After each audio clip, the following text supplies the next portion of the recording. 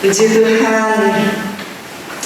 Selamat pagi Bapak Ibu yang saya kasihi, Papi yang saya hormati, dan Pak Dani juga yang saya hormati dengan Ibu dan seluruh tua-tua jemaat dan saudara-saudara semua, juga bagi saudara-saudara yang mengikuti live streaming pagi hari ini dari manapun juga dari seluruh dunia. Saya sampaikan kasih Tuhan dan damai di hati saudara semua. Dan saya bersyukur diberi kesempatan kembali berada di sini. Baru 2 hari yang lalu tiba di sini dengan tim, dan kami bersukacita ada di tengah saudara kembali. Amin. Saya bersukacita kalau kesempatan yang ada, kesempatan di dalam kehidupan ini saya bisa memberikan sesuatu yang sangat berharga, yaitu firman Tuhan. Sesuatu yang setiap hari saya renungkan, saya cintai, saya nanti-nantikan untuk baca firman, saya nanti-nantikan untuk saya bisa menyerap, untuk saya bisa mendalami. Saya begitu mencintai firman saudara. Saya ingin bagikan sedikit sebelum kita masuk ke dalam topik bahasan kita yang saya kasih judul Rahasia Jawaban Doa. Apa saudara? Rahasia jawaban doa. Alright. Sebelum sampai ke sana, saya ingin sampaikan betapa firman Tuhan ini luar biasa.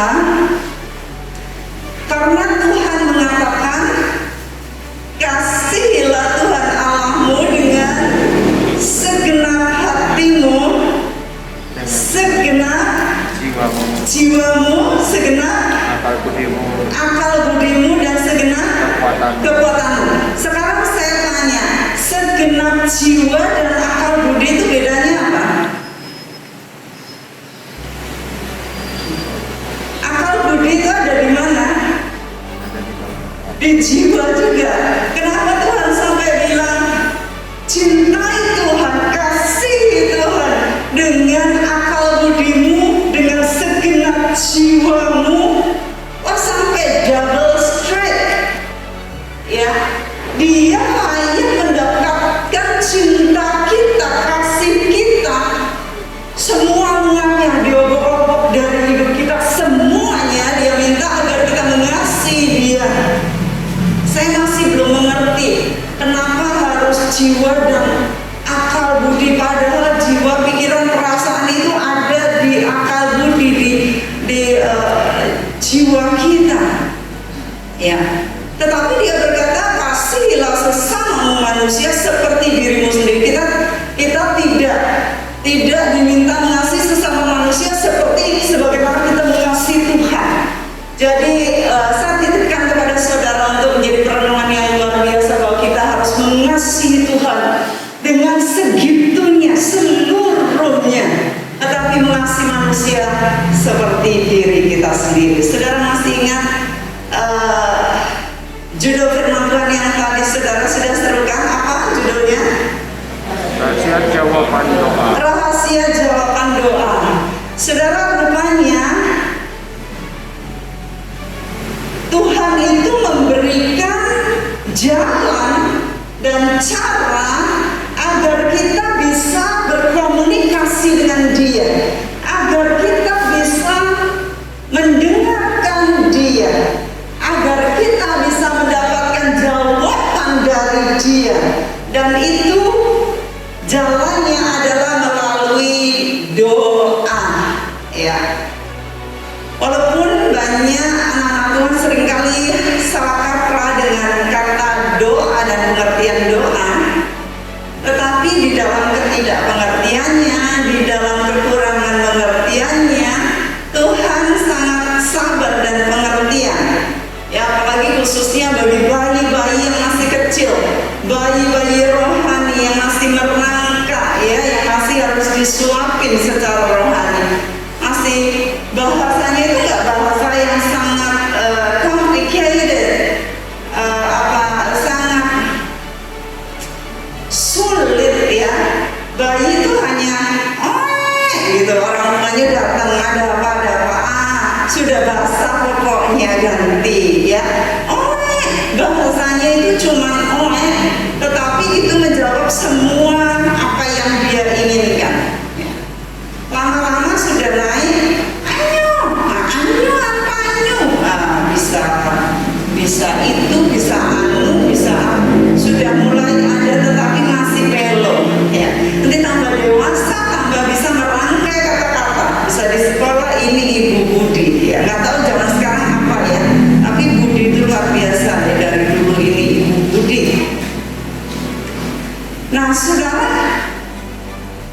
kemudian kita dewasa secara rohani, saya mendapati bahwa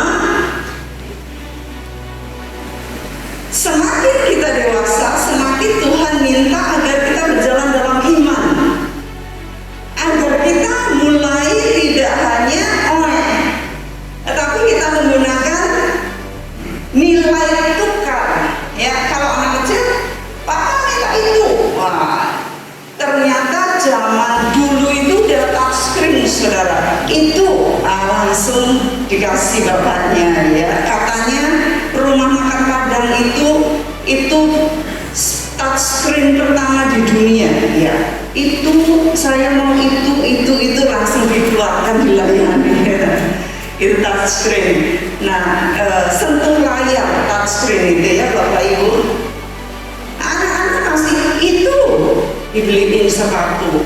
Aku mau itu beliin es krim, itu roti. Tapi kalau sudah dewasa, dia bilang itu uangnya dong. Ada nilai tukar. Nah, kita semakin dewasa, Tuhan minta agar kita juga menggunakan nilai tukar, yaitu iman. Iman adalah komoditas nilai tukar dengan apa yang kita inginkan dari Tuhan. Nanti semuanya aplikasinya disediakan di dunia, saudara, bagi kita. Ya. Di sini kira-kira, saudara, saya mau tanya, yang beberapa banyak kali doa belum kejawab sama Tuhan siapa? Berarti saudara dijawab semuanya, ya? Dijawab semuanya. Wow, luar biasa. Baiklah. Nah, saudara, ada beberapa cara Tuhan menjawab doa kita. Pagi ini saya akan memberikan satu cara dengan beberapa banyak contoh. Ya. Ada beberapa cara bagaimana Tuhan menjawab doa kita. Tetapi pagi hari ini saya ingin memberikan saudara satu jawaban doa yang sangat luar biasa dengan beberapa contoh. Jadi bukan semua jawaban doa yang saya sampaikan, karena itu akan membutuhkan 10 hari KKR, saudara. Kalau saudara beli barang yang ada dosnya, biasanya kalau saudara buka, yang saudara temui pertama apa?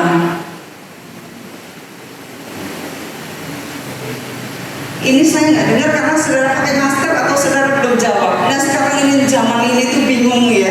Yang lihat masker gini, apakah sudah dijawab, apakah senyum, apakah tidak, ini nggak ngerti. Jadi kiranya masker cepat berlalu dengan segala isi-isinya dan semua yang dari luar dan sebagainya.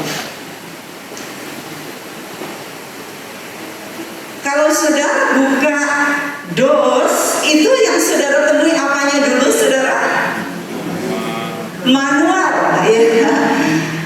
Dengan manual itu, maka saudara akan pelajari isinya, bagaimana caranya, lalu bagaimana mempergunakannya. Kita ini, saudara, buatan made in Tuhan Yesus, ya, made in surga. Kalau ada sesuatu kok nggak jalan ya? Kenapa ya? Kita harus cari manualnya, yaitu firman Tuhan, dan ketemu pembuatnya, yaitu Tuhan.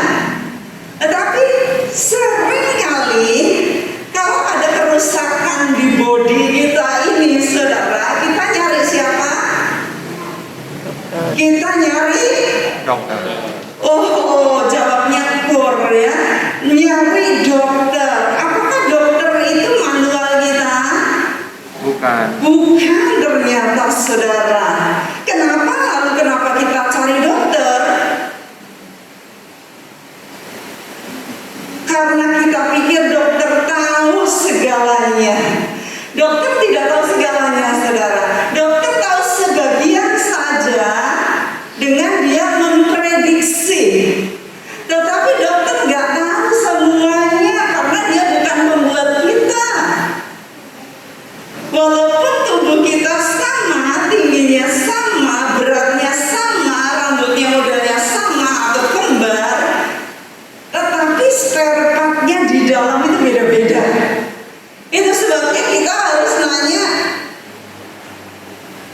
yang bikin. Ya. Jadi ada yang namanya hukum firman, hukum kejadian, hukum buatan, ya, yang mana kita harus kembali kepada pembuatnya. Tidak hanya kita langsung yang kita pikirkan kalau ada penyakit. Kalau biasanya saudara kemarin saya bicara sama siapa, dia kemarin ada seseorang saya bicara, lalu dia cerita bahwa ada seseorang yang sakit karena apa? Kebanyakan Bodrex. Tiap kali sakit pasti minumnya Bodrex itu dua Bodrex, terus semua sakit apa Bodrex, kembung Bodrex, pusing Bodrex, gatel Bodrex, ya, urat Bodrex, panu Bodrex, lutut sakit Bodrex, wasir Bodrex, sampai akhirnya dia keracunan Bodrex. Dia pikir Bodrex adalah obat segala penyakit. Ternyata salah, ya. Boleh kita tanya kepada dokter, tetapi lebih terutama kita tanya pembuatnya. Saya bersyukur bahwa Tuhan memberikan saya beberapa ujian yang mana saya harus tanya kepada pembuat saya. Seperti saudara juga, atau kebanyakan dari kita nanya Tuhan itu selalu jurus terakhir. Kalau kemana nggak sembuh, jurus terakhir nanyanya Tuhan ini kok nggak sembuh-sembuh. Tuhan, saya udah ke dokter mana-mana. Tuhan, saya udah habis uang ini dan itu. Tetapi memang dari kecil kami tidak dibiasakan ke dokter, kecuali kalau kayak parah banget gitu. Saya ingat dulu saya parah itu kena kaki saya itu sakit sampai korengan gitu di bawah telapak gitu. Itu baru saya bilang, Mam, ini kaki ini gimana, ini mesti ke dokter. Ya baru itu. Jadi hampir gak pernah ke dokter. Barulah diobatin oleh dokter Sakti itu, saya nggak tahu di mana, di daerah sana dekat Mangkunegaran di sana. Baru sembuh saudara beberapa kali, nggak sekali ya. Ada memang hal-hal yang kita bisa tanya dokter, tetapi kenapa seringkali banyak dari kita nanya dokter itu yang utama dan Tuhan itu yang terakhir kalau dokter mana-mana nggak sembuh. Saya pun demikian saudara, beberapa kali saya juga ada kesempatan untuk saya kurangin badan, sakit ini dan itu, tetapi akhirnya saya belajar saudara, kalau apa-apa itu lebih baik nanya manualnya, manual booknya, ya. Cari firman Tuhan karena di sana sumber kesembuhan, sumber obat-obatan surga, sumber jawaban.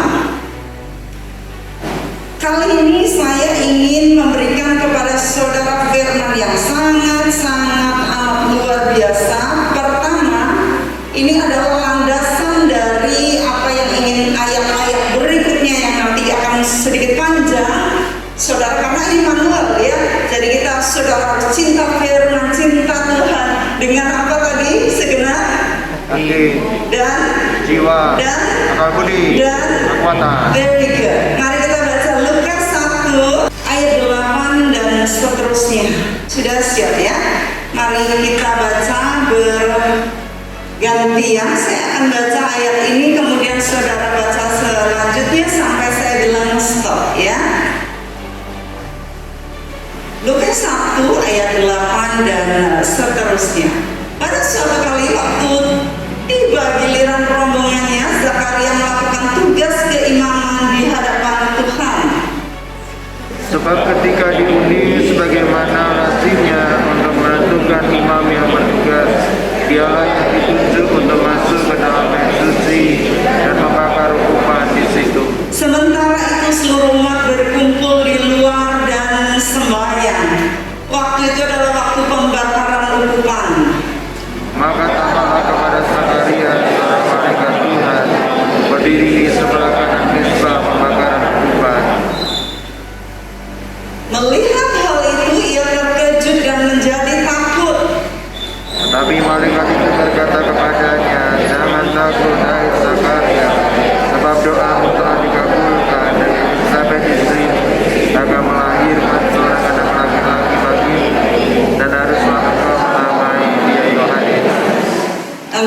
bersukacita dan bergembira. Bahkan banyak orang akan bersukacita karena kelahirannya itu. Sebab ia akan besar di hadapan Tuhan, dan ia tidak akan minum anggur atau minum keras, dan ia akan penuh dengan Roh Kudus mulai dari rahim ibunya. Ia akan membuat banyak orang Israel berbalik kepada Tuhan Allah mereka. Dan ia akan berjalan mendahului Tuhan dalam roh dan kuasa Elia, untuk membuat hati bapa-bapa berbalik kepada anak-anaknya, dan hati orang-orang yang durhaka kepada pikiran orang-orang benar, dan dengan demikian menyiapkan bagi Tuhan suatu umat yang layak baginya. Iya, sampai di sini. Saudara, ini ayat adalah kelahiran Nabi yang paling besar yang pernah lahir di dunia selain Tuhan Yesus Kristus. Nabi ini bernama Yohanes Pembaptis, dia membuka jalan bagi Tuhan kita. Tetapi kelahirannya begitu susah, orang tuanya mandul sejak perkawinan sampai mereka tua. Tetapi di ayat ini menakjubkan sekali, ayat 13 dikatakan, tetapi malaikat itu berkata kepadanya, jangan takut hai Zakaria, sebab doamu telah dikabulkan. Sebab doamu telah dikabulkan. Dia kira-kira sudah nyerah, berdoa itu sudah lama, karena mereka sudah umur, sudah tua. Tetapi dikatakan doamu telah dikabulkan. Rupanya saya belajar, saudara, bahwa doa-doa kita yang sudah lama, yang numpuk, itu semuanya di-file sama Tuhan, disusun sama Tuhan, masih diperhatikan sama Tuhan, masih dinantikan jawaban-jawabannya. Itu sebabnya saudara jangan menyerah, karena Tuhan senantiasa rindu lebih daripada saudara untuk memberikan jawaban-jawaban doa saudara. Jadi jangan saudara bilang, udahlah gak usah doa lagi, karena Tuhan gak jawab saya, udahlah lupakan, saya udah gak mau lagi. Nah, saudara menghapus doa-doa saudara, padahal Tuhan masih menantikan antrian. Kapan doa itu harus dijawab, kapan Yohanes harus muncul, kapan jawaban-jawaban doa itu diberikan kepada saudara, kapan saudara siap menerima rumah, kapan saudara siap menerima 1M, kapan saudara siap menerima 300M, kapan saudara menerima 300 juta. Dibutuhkan kesiapan hati saudara, kesiapan diri saudara, kesiapan dunia menyambut orang seperti Yohanes, kesiapan Yohanes untuk kemudian keluar dan untuk membuka jalan bagi Yesus. Jangan lupa saudara, doa saudara didengar oleh Tuhan, doa saudara dikumpulkan oleh Tuhan. Jadi saudara jangan pernah nyerah. Kalau saudara di firman Tuhan ada dikatakan, saudara harus berharap. Kalau saudara hanya berharap apa yang kelihatan, apa namanya itu bukan harapan. Harapan adalah sesuatu yang saudara belum lihat, tetapi yang seperti tadi saya katakan butuh nilai tukar, yaitu iman. Ya, butuh kesiapan saudara. Kalau seorang anak dia bilang saya minta pistol gitu, lah orang tua bilang kamu minta pistol baru umur 5 tahun mau bikin apa? Orang tuanya bilang enggak, tapi aku mau jadi polisi katanya. Ya tapi kamu masih 5 tahun. Saudara, di Amerika itu ada seorang anak yang mainan pistol. Dia mainan pistolnya bapaknya. Bapaknya lupa ada peluru di dalam, dan dia main, dia tembakan ke adiknya yang bayi, dor, langsung mati. Anak kecil belum pas saudara, tetapi ada saatnya di mana kita harus bertumbuh di dalam kedewasaan, di dalam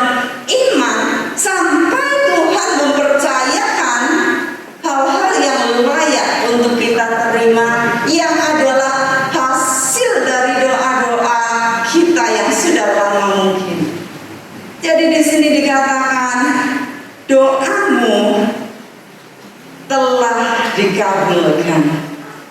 Itu yang menjadi dasar bagi saudara untuk terus berharap, untuk saudara percaya, untuk saudara tidak menyerah kepada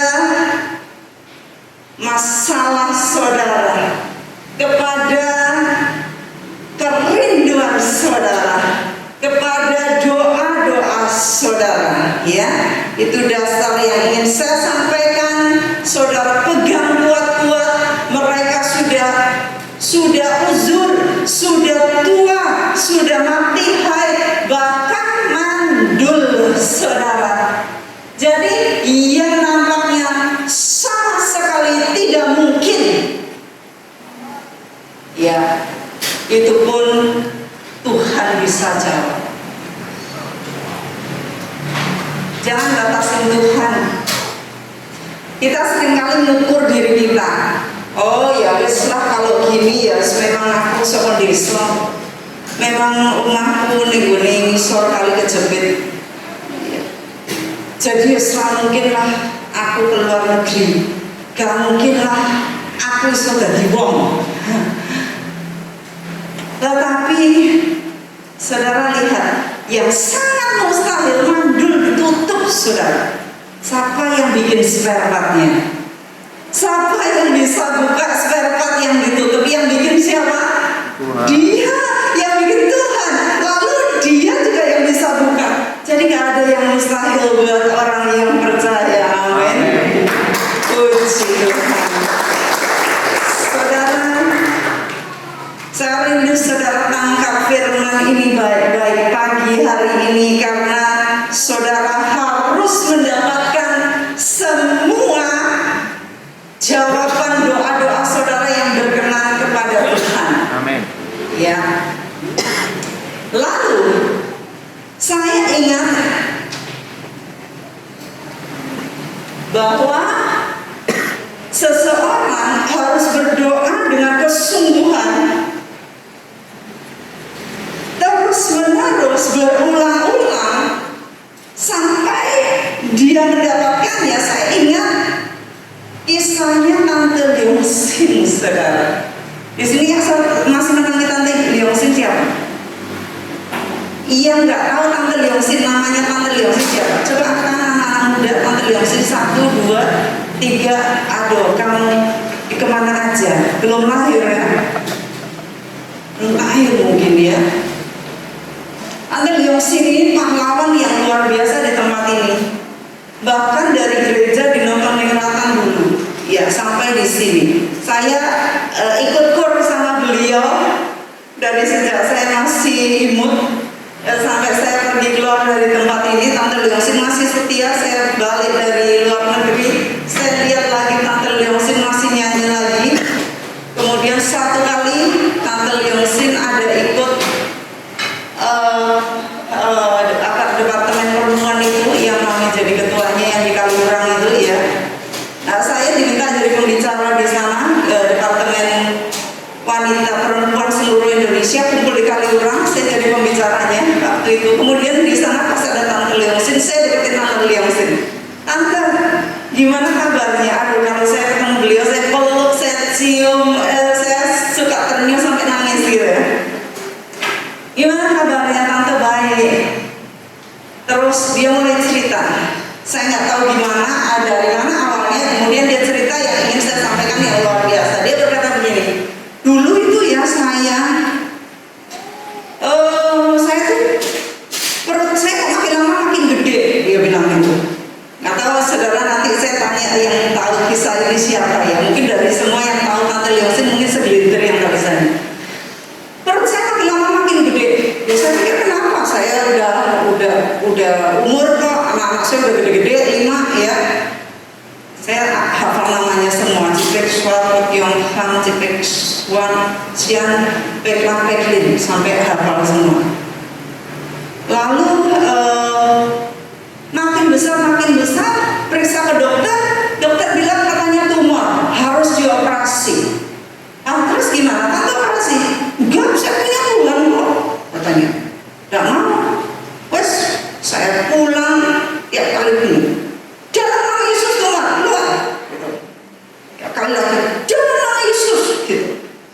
nganter es, kalau saya ngerti buanternya tidak umum saudara. Saya ini buanter ginian agak sakit, dia lebih keras. Dalam nama Yesus, gitu tiap kali. Dalam nama Yesus, keluar gitu. Tiap kali gitu. Nah itu sampai kapan? Saya terus-terusan berbulan-bulan. Dalam nama Yesus keluar, dalam nama Tuhan Yesus keluar. Nah, saya berpikir luar biasa ini tante, ya. Sampai suatu hari dia lagi ke belakang, tiba-tiba keluar darah itu banyak sekali saudara, dan ada perengkel-perengkel yang keluar. Wah, langsung dia kayak kehabisan darah begitu, lalu dilarikan ke rumah sakit. Dokter pun waktu dilarikan di sana katanya diperiksa, ternyata tumornya udah gak ada saudara. Itu yang keluar. Lalu dia kekurangan darah, katanya tante harus ini transfusi darah karena ini kekurangan darah, tante bisa nggak bisa darah mati gitu kan.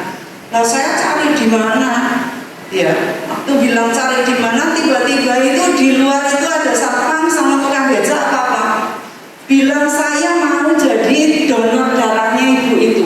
2 orang diperiksa, darahnya sama saudara, langsung ditransfer darahnya, sehat pulang saudara. Luar biasa menikmati mujizat Tuhan. Yang tahu kisah ini siapa? Bu Arsina tahu nggak? Tahu. Ceritanya benar nggak? Betul ya. Ibu Bejo tahu nggak? Ibu Bejo juga tahu. Betul ceritanya ini ya. Seperti ini persis. Karena saya nyatat saudara, waktu beliau ngomong, saya pulang masuk kamar, saya langsung ketik semuanya kisahnya beliau, dan saya masih ada catatannya sampai hari ini saya baca. Itu menguatkan saya sekali. Dia pukul bolak-balik itu, bahkan sebelum saya tahu itu sistem. Saya sudah tahu sudah lama hal ini, tetapi waktu saya dengarkan beliau cerita, saya pikir luar biasa, ngingetin saya lagi saudara. Tiap kali ada apa-apa saya dalam nama Yesus keluar, dalam nama Yesus. Nah, saya berkata kamu bohong iblis, saya sudah sembuh, bohong iblis. Jadi saya pukul dalam nama Yesus. Terus sampai kapan? Sampai itu hilang saudara.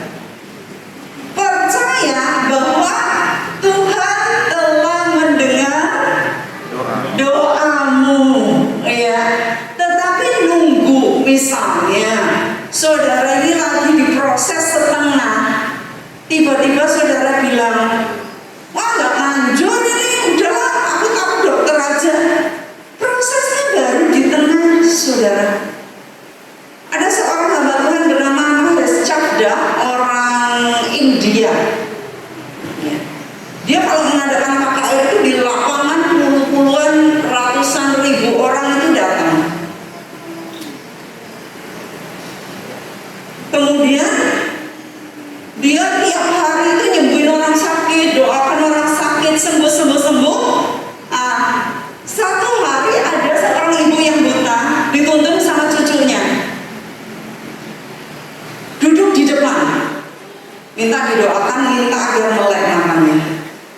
Kemudian dia tumpang tangan, dalam Tuhan Yesus, aku perintahkan matamu buka. Celing, nggak buka saudara. Akhirnya sudah KKR selesai, dalam nama Yesus pulang. Ini orang hamba Tuhan mikir, kok nggak sembuh ya Tuhan, tadi kenapa ya? Nah, besoknya dia lihat cucunya nganter lagi di depan, udah nggak enak hati. Hamba Tuhan yang gede ternyata udah nggak enak hatinya kalau doain nggak sembuh saudara. Waduh gimana ya? Kemudian dia mulai doakan lagi waktu giliran doa. Waktu doa dalam nama Yesus hari kedua nggak sembuh lagi. Wah, semakin gak enak. Besoknya hari ketiga datang lagi di depan lagi. Aduh rasanya kayak mau pura-pura nggak lihat gitu loh saudara. Saking gak enak.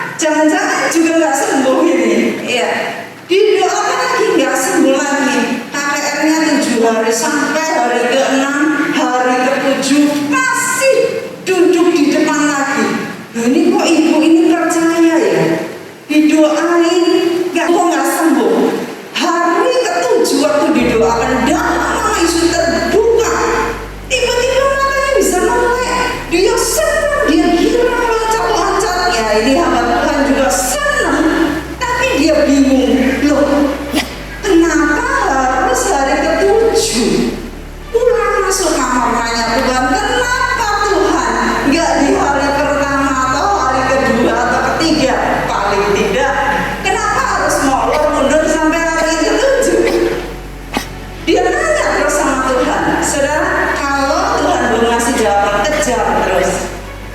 Dia nanya sama Tuhan sampai akhirnya beberapa bulan kemudian Tuhan itu ngasih filmnya saat itu. Dari hari pertama itu namanya kaleidoskopnya, ya. Filmnya yang kejadian nyata itu dikasih lihat sama dia. Di hari pertama dia lihat ibu ini, saya sampai merinding ini. Ibu ini di atasnya ada gurita, saudara, gurita besar yang kakinya lucu. Hari pertama waktu didoakan itu dalam nama Yesus kaki pertama itu udah naik. Hari kedua dalam nama Yesus kaki kedua naik. Hari ketiga naik. Gitu. Kita nggak ngerti di alam roh Tuhan itu sedang mengerjakan apa sama kita. Saudara jangan nyerah. Kalau saudara baru yang ketiga, lalu saudara sudah cari obat nyom-nyom, ya, cari obat ini itu, padahal masih harusnya saudara doa lagi. Keempat, kelima, kita nggak tahu saudara. Tapi kita terus berdoa, terus berharap, terus percaya, dan Tuhan telah mendengar doamu. Oh ya? Wow, ini sangat memberikan saya pelajaran yang luar biasa. Bagaimana saya tahu bahwa Tuhan selalu punya jawaban kalau kita tanya kepada pencipta kita. Kita ini spare part-nya. Kita ini dirakit sama Tuhan. Di dalam Mazmur 139 di sana dikatakan Dia itu menganyam kita, menenun kita di dalam rahim ibu kita, di dalam kegelapan di sana. Dia menumbuhkan tulang kita, menyatukan semua sendi-sendinya. Dia pasang mata kita, Dia kasih hidung kita, Dia kasih warna rambut kita. Semuanya Dia sedang tenun di sana sampai menjadi suatu kejadian yang luar biasa, yang baik, yang indah, yang sempurna. Itu sebabnya kita nanya kepada Dia setiap kali kita butuh jawaban, saudara. Ya, saya akan ajak saudara untuk membaca kisah Tuhan Yesus yang menyembuhkan orang yang sakit. Markus 8 ayat 22. Sudah ketemu? Markus 8 ayat 22 dan seterusnya. Kemudian tibalah Yesus dan murid-muridnya di Betsaida. Di situ orang membawa kepada Yesus seorang buta dan mereka memohon kepadanya supaya ia menjamah dia.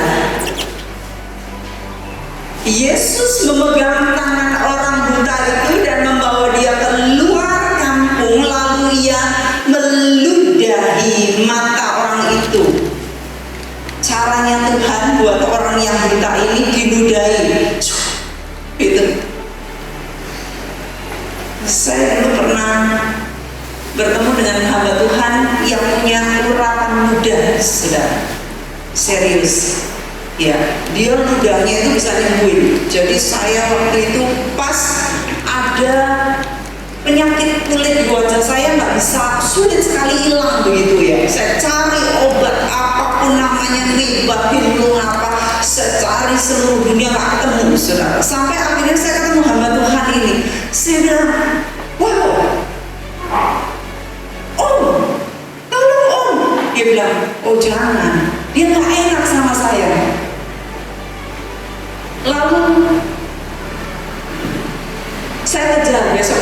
sana. Oh, saya siap Om, didoakan orang muda.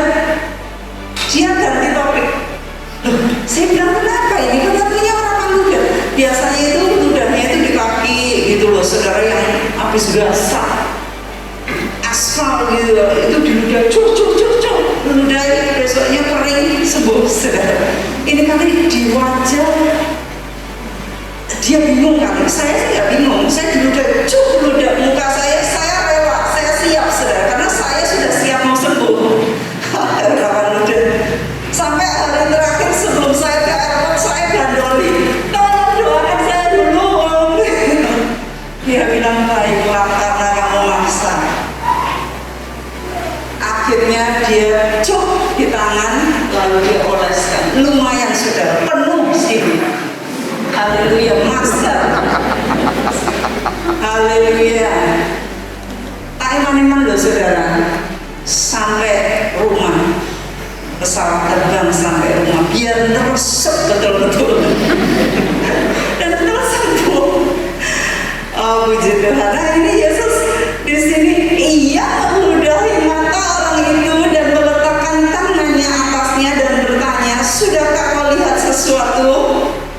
Orang itu memandang ke depan lalu berkata, aku melihat orang, sebab melihat mereka berjalan-jalan tetapi tampaknya seperti pohon-pohon. Sembuh nggak saudara? Belum.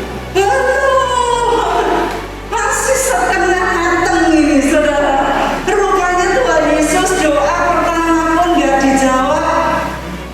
Jadi doanya Yesus gak cespleng saudara. Ini kasih contoh pada kita bahwa Yesus pun doa itu gak langsung cespleng semuanya saudara. Ya, bagus gak saudara? Ini pelajaran buat saudara. Bagus ya.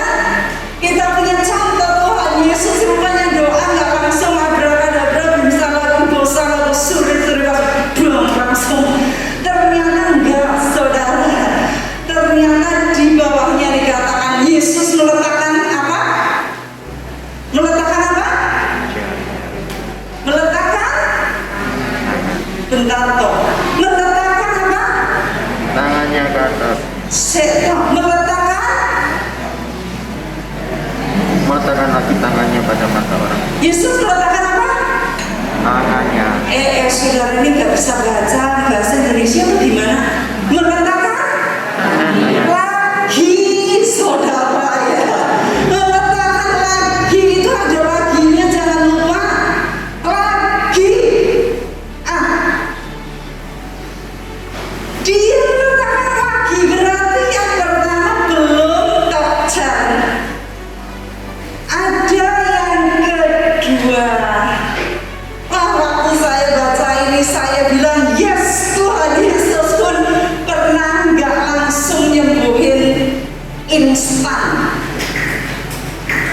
Ya ternyata Yesus pun butuh waktu yang kedua. Kalau Yesus butuh kedua, kita sampai ke 7, ke 10, ke 11, ke 13, nggak apa-apa saudara. Tante di mesin, Pak, jangan Yesus keluar, Pak keluar.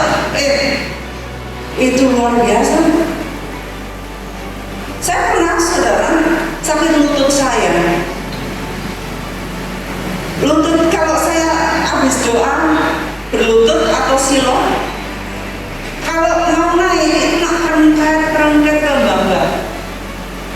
Ini piye yo? Aku masih muda. Aku suka pakai sepatu tinggi, kok aku kerengket gini, aku seneng nganggo sendal selop. Tuhan aku gak mau, aku tetap mau keren Tuhan. Saya bilang ini gimana? Saya kan masih melayani Engkau keliling dunia. Kenapa kakiku begini? Lalu saya nanya ke mana saudara? Ke dokter. Bukan ke Tuhan. Saya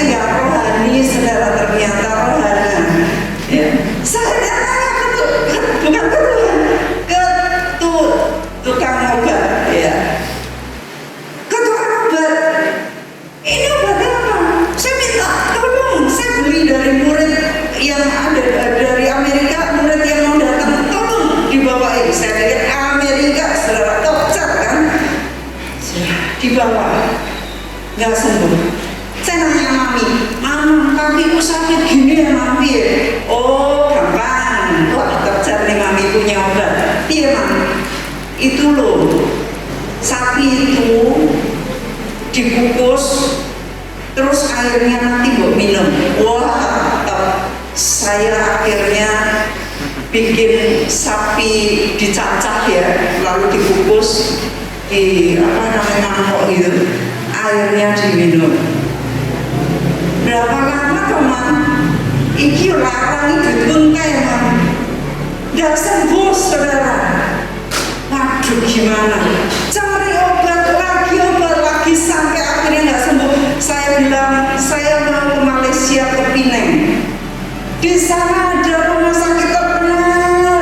Wah kita ini ya, kalau sudah tanya-tanya rumah sakit terkenal dokternya masih dokter. Saya kesana rombongan saudara. Rombongan dokternya bilang gini, oh ini lutut kaki rusak. Saya bilang enggak rusak dokter. Rusak katanya. Enggak rusak. Saya nggak terima itu. Nggak apa-apa, gampang. Obat saya kasih 1 bulan. 1 bulan masih sama saudara keadaannya. Wes dokter yang paling top sudah nggak bisa, mamiku nggak bisa, obat Amerika top nggak bisa. Yang terakhir tanya Tuhan. Tuhan, iki piye? Saudara, saya dari situ belajar. Rupanya Tuhan itu kalau ngasih obat itu murah, gampang. Tuhan itu jawab. Waktu saya doa beberapa hari, doanya oh 1 hari Tuhan nggak jawab ya udah. Saya doa, saya dengar Roh Tuhan ngomong gini, kamu terapi air. Oh saya langsung tahu terapi air. Terapi air itu minum air putih saja saudara. Di pagi hari itu 1,5 liter tanpa berhenti loh, bukan 1,5 liter dibagi 6, bukan ya, di pagi hari minum gitu.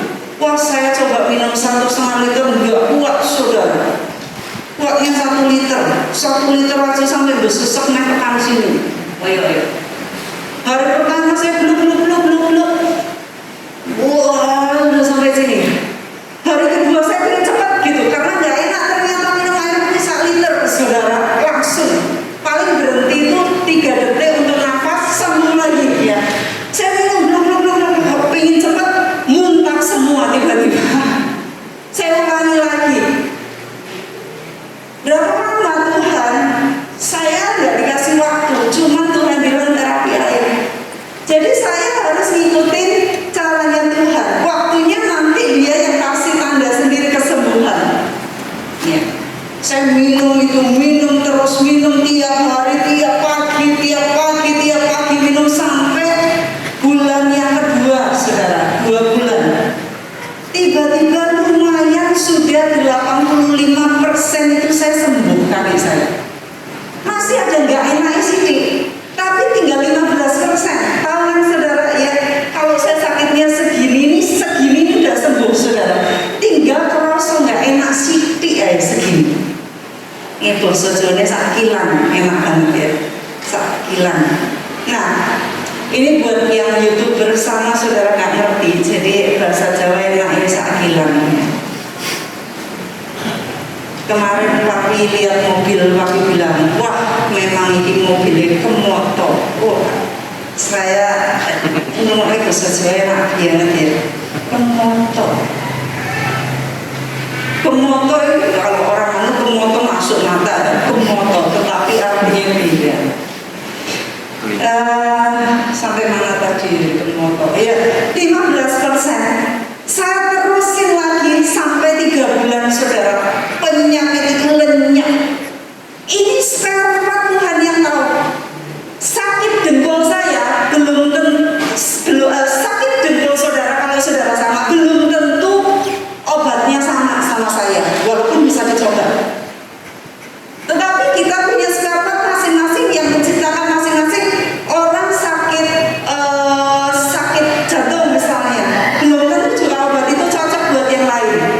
ya.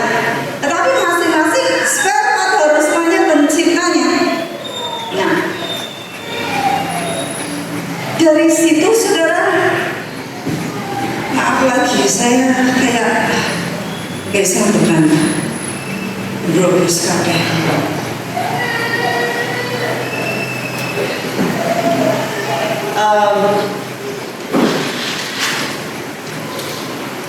Buka aja. Buka aja. Wah, dapat dari otoritas. Puji Tuhan. Diizinkan. Ini saya sampai bawa kipas angin gini sudah. Saking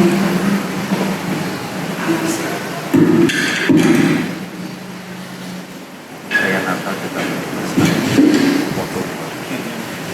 dari sini saya belajar saudara, caranya Tuhan itu ternyata enggak mahal, enggak sulit. Dari firman Tuhan yang saya pelajari, Tuhan itu cara menyembuhinya, Tuhan cara memberi obat kayak Raja Hizkia mendapatkan obat itu buah apa gitu ya. Nanti tiba-tiba saudara ternyata sakit dengkul dioles tahu gitu, cuma gitu ternyata mungkin pokoknya gampang banget dan murah gitu loh saudara. Nggak pernah ngerti. Ya kemarin saya mendengarkan kesaksian khotbah ada seseorang yang dia jual furniture untuk diekspor ke luar negeri. Kan di sini kan Jepara itu kan dikirim ke luar negeri saudara ya, kayu-kayu Jepara itu. Kemudian waktu sudah masuk kontainer, pegawainya acak lihat waktu meriksa ternyata kok retak-retak, nggak kering saudara, belum kering cepet-cepet. Lalu dia mikir, aduh gimana ya, ini kalau saya kirim ke luar negeri, kalau nggak kirim, waktunya sudah mepet, saya harus kirimkan. Pasti saya didenda kena penalti. Tetapi kalau saya ngomong, pasti saya juga kena. Semuanya kena. Gimana Tuhan? Padahal itu kan uang gede sekali. Dia nanya Tuhan kasih ayat mengenai ludah ini, saudara. Jadi dia bingung juga. Dia tunggu pegawai-pegawainya pergi semua malam-malam dia sama istrinya. Dia ngomong sama istrinya. Istrinya bilang, ya terserah kamu kalau itu imanmu. Dan Tuhan kasih ini ludah.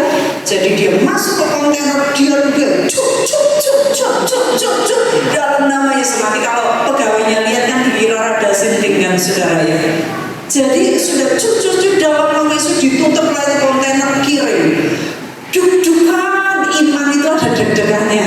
Kalau saudara deg-degan, gak apa-apa, bukan berarti saudara gak punya iman. Dalam proses deg-degan itu rapopo ya. Setelah dikirim waktunya sudah tiba, dia deg-degan menantikan telepon dari bos di Amerika. Akhirnya satu hari kring gitu, namanya bos di Amerika, dia telepon hello gitu ya. Waktu hello, how are you? Gimana produknya? Dia bilang very good.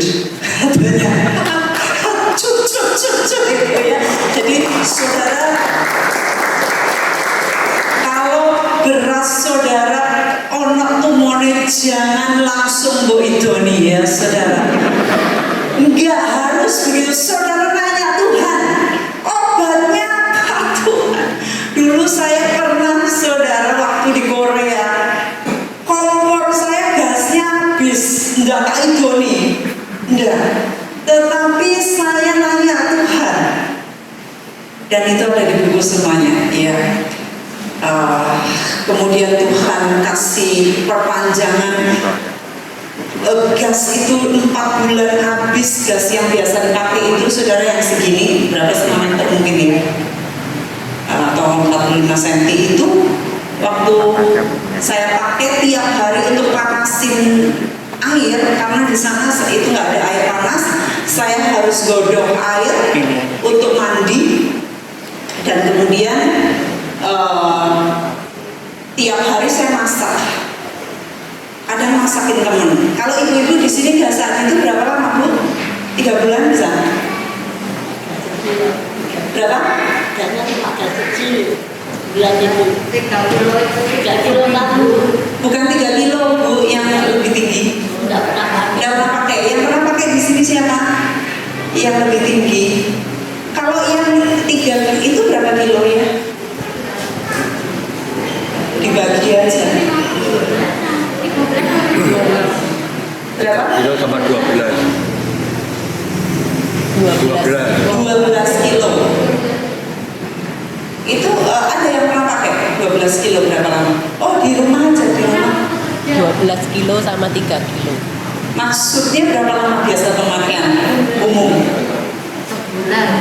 Sebulan. Masak air terus loh tiap malam dan tiap pagi. Sebulan, ya. Saya itu habis 4 bulan, saudara. 4 bulan itu yang berapa? Saya bilang Tuhan, Bapak Ibu jauh, non jauh di sana. Aku sendiri dan aku punya Engkau Bapak yang baik. Aku mau diperpanjang dalam nama Yesus. Bukan, kosong nggak keluar saudara. Ya sudah saya tidur. Besoknya saya buka dalam nama Yesus. Nyala api saudara, saya bisa masak lagi. Wah deg-degan. Pulang dari kerja balik mau makan masak mie. Nyala lagi saudara. Besoknya bangun tidur tak buka lagi tak pikir habis saudara. Tak pikir tinggal jerit-jeritnya. Ternyata sampai 3 bulan lagi. Itu kan sudah 7 bulan. Habis lagi. Saya bilang, Bapak, sekali lagi perpanjang 2 bulan lagi karena saya 2 bulan sudah pindah dari sini pergi ke Amerika. Malam itu tak doain lagi, gak keluar lagi. Saya tahu besok akan keluar seperti yang dulu. Besoknya saya buka keluar lagi, saudara. Terus sampai 2 bulan saya ke Amerika baru selesai. Tuhan itu ajaib caranya. Ya. Kalau sekarang gas habis, tak tumpangin tangan dalam nama Yesus, dus orang itu saudara. Karena apa? Ada duit, diberkati, ya. Jadi kalau diberkati nggak usah minta mujizat. Di Soe, saudara di NTT, itu dulu kejadian mujizat itu air jadi anggur, orang jalan di air, ada lampu. Kalau malam itu luar biasa di hutan itu Tuhan kasih lampu, mereka jalan. Kemudian yang nulis buku itu, yang ngumpulin kisah itu bernama hamba Tuhannya Meltari. Kemudian dia diundang di Amerika, di mana-mana, dan sampai waktu itu saya ada di Amerika, saya bertemu bukan bertemu dengan beliau, saya baca buku beliau, lalu saya nonton beliau punya video. Ditanya, gimana? Apakah Soe masih air jadi anggur? Tidak. Loh kenapa?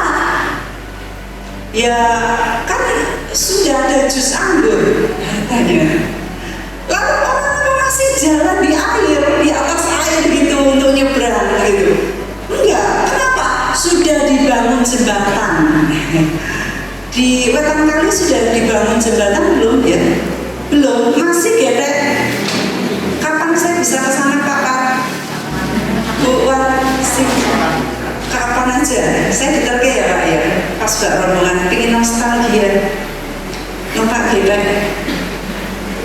Gedek apa pakai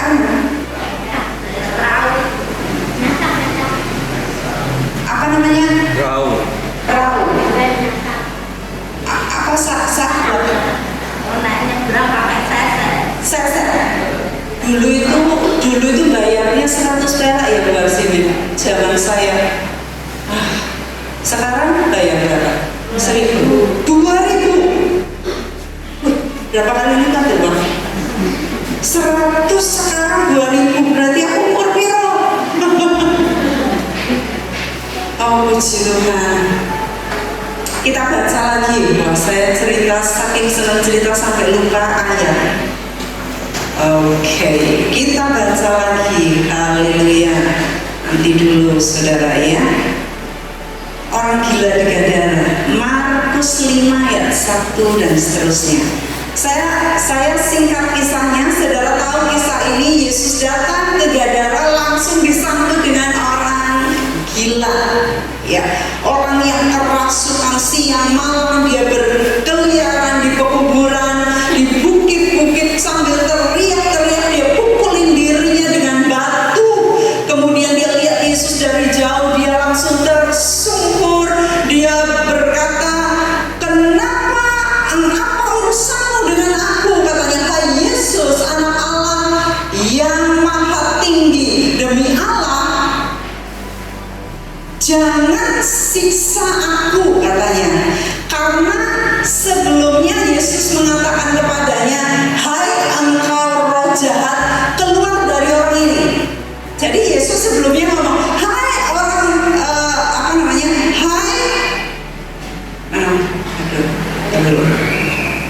hai engkau roh jahat, kata Yesus, keluar dari orang ini. Lalu roh ini ngomong gini, apa urusanmu dengan aku?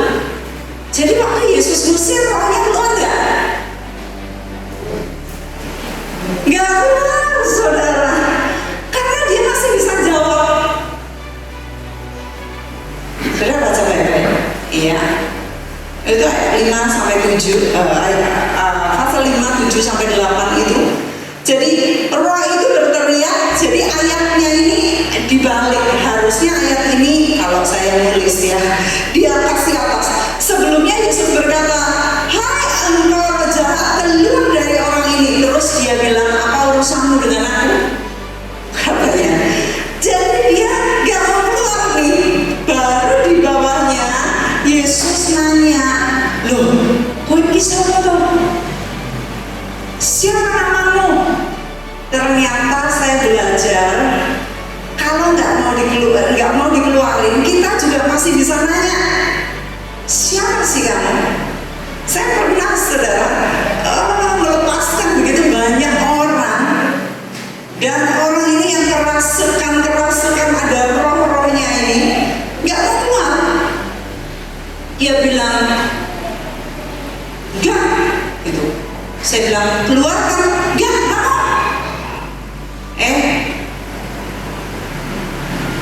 Kamu siapa? Terus dia bilang ini, aku benci kamu, Magdalene. Kata, kau kenal saya? Aku tahu, aku benci kamu. Dia nggak mau lihat saya. Iya. Lalu saya tanya sama roh ini, kamu tahu saya dari mana? Ini goblok, dia gitu. Jadi dia goblokkan orang yang itu, yang dia masukin. Goblok ini. Aku nggak boleh dia nonton YouTube-nya Magdalene, tetap nonton. Goblok ini, gitu. Oh, ternyata ini orang victimnya ini suka nonton YouTube saya. Kemudian dia minta pertolongan saya satu kali. Dia hafalkan firman, dia cinta firman, dia dengarkan firman yang saya sampaikan. Jadi roh yang di dalam tuh nggak suka. Waktu ketemu saya dia ngomong, aku benci kamu Magdalene Kawoco. Namanya itu lengkap, saudara, disebut. Ada roh lagi yang waktu saya keluarin, dia bilang ini, oh jadi ini ya Meg, kamu ya Meg ya, itu. Loh kok kamu tahu? Iya, ini orang sering ngomong ibu Meg katanya. Oh gitu, ya. Ada roh lain lagi, ada roh nanti yang, saya bilang, ini roh singa. Saya bilang, kamu keluar aja.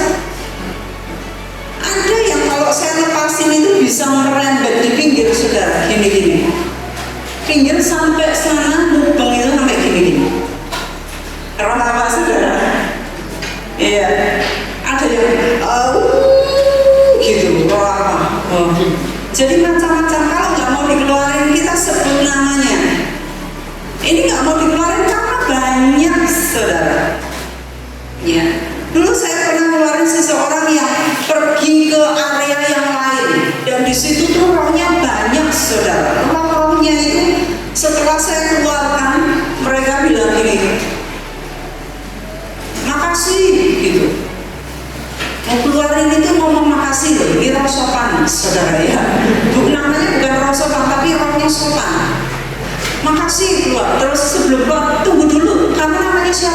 nanya saya lagi, dia nggak kenal saya karena dari seberang sana gitu. Saya bilang Magdalene gitu. Oh makasih ya Bu Magdalene gitu. Terus ada lagi, makasih Bu Magdalene gitu. Suaranya lain-lain. Makasih Bu. Jadi di satu orang itu keluar banyak. Saya bilang nggak usah satu-satu, 100 per 100 keluar banyak. Gini-gini. Jadi makasih terus keluar banyak. Ini Yesus nanya, karena nggak mau dikeluarin nanya, karena nggak dikeluarin satu, ternyata banyak. Jadi ditanya, kamu siapa? Dia berkata,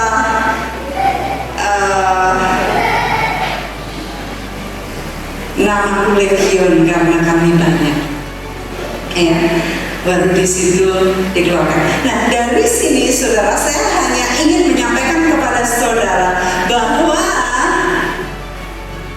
kalau satu kali saudara rasanya nampaknya belum mempan, ya, saudara ulang lagi. Ingat tanggal Yosin, kok, ingat kok tiap kali. Kalau Tuhan kasih cara sesuatu, lakukan. Saya dikasih Tuhan beberapa cara, ya, dan saya bersyukur. Ada yang bandel, saudara, nanti kita teruskan saja kapan-kapan kalau Tuhan kasih kesempatan, ya. Ada yang disebut jenis ini, bandel gak keluar-keluar. Gitu. Tanya Tuhan terus. Saya nanya Tuhan terus, saya dikasih kasus yang sulit, gak apa-apa. Saya nanya, spare partnya Tuhan, saya salah apa, salahnya di mana Tuhan? Mana yang perlu dibenahi? Bagaimana saya membenahinya? Saya minta tolong Tuhan. Ya, ada ayat lagi saudara yang mengatakan demikian. 1 Petrus 2 ayat 24, ini 2 ayat terakhir sebelum saya akan serahkan kepada pimpinan, ya. 1 Petrus 2 ayat 24. Ia sendiri telah memikul dosa kita di dalam tubuhnya di kayu salib, supaya kita yang telah mati terhadap dosa hidup untuk kebenaran. Oleh bilur-bilurnya kamu telah sembuh. Dikatakan supaya kita yang telah mati terhadap dosa hidup untuk kebenaran. Jadi di sini kita ngeruntut dulu.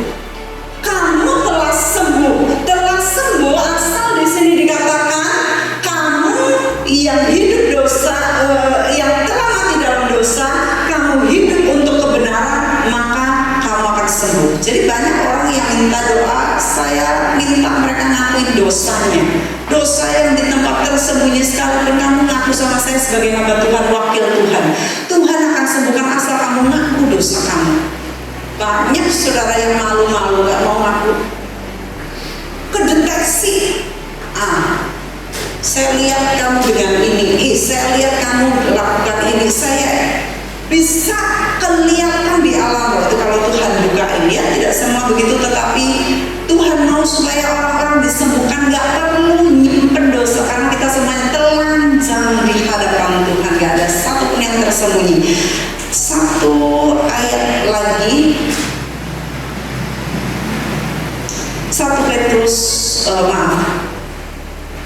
Mazmur 103 ayat 3. Mazmur 103 ayat 3. Dia yang mengampuni segala kesalahanmu, yang menyembuhkan segala penyakitmu. Jadi penyakit disembuhkan setelah minta ampun dan Tuhan mengampuni kesalahan kita. Jelas? Ya, banyak orang sakit disebabkan karena kesalahan, karena dosa. Itu sebabnya pagi hari ini kita minta ampun sama Tuhan supaya kita sembuh, ya. Saya mengucap syukur pagi hari ini bahwa Tuhan berikan kesempatan kepada kita untuk mendengar manual book dari tubuh kita. Saya minta saudara sama-sama berdiri. Saya akan ajak saudara untuk ngaku dosa di hadapan Tuhan. Mari kita berdiri. Yang live stream ini ikut saudara dimanapun saudara berada. Saudara bisa berdiri, angkat kedua tanganmu dan sampaikan kepada Tuhan dosa-dosa saudara yang tersembunyi di hadapan Tuhan. Silakan.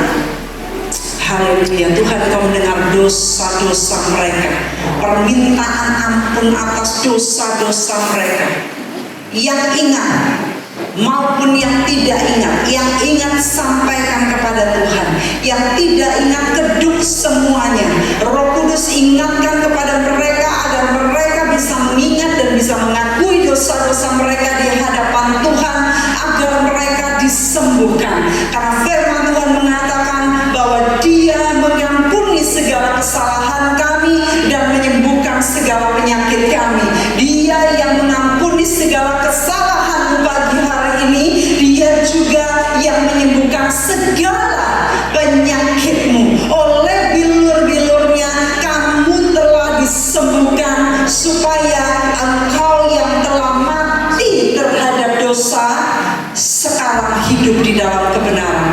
Hari ini semua roh-roh mendengarkan suara firman Tuhan, suara hamba Tuhan yang ada di dalam sana, yang sudah mendengarkan firman Tuhan. Hari ini aku perintahkan kalian semuanya keluar, keluar, keluar, keluar, keluar.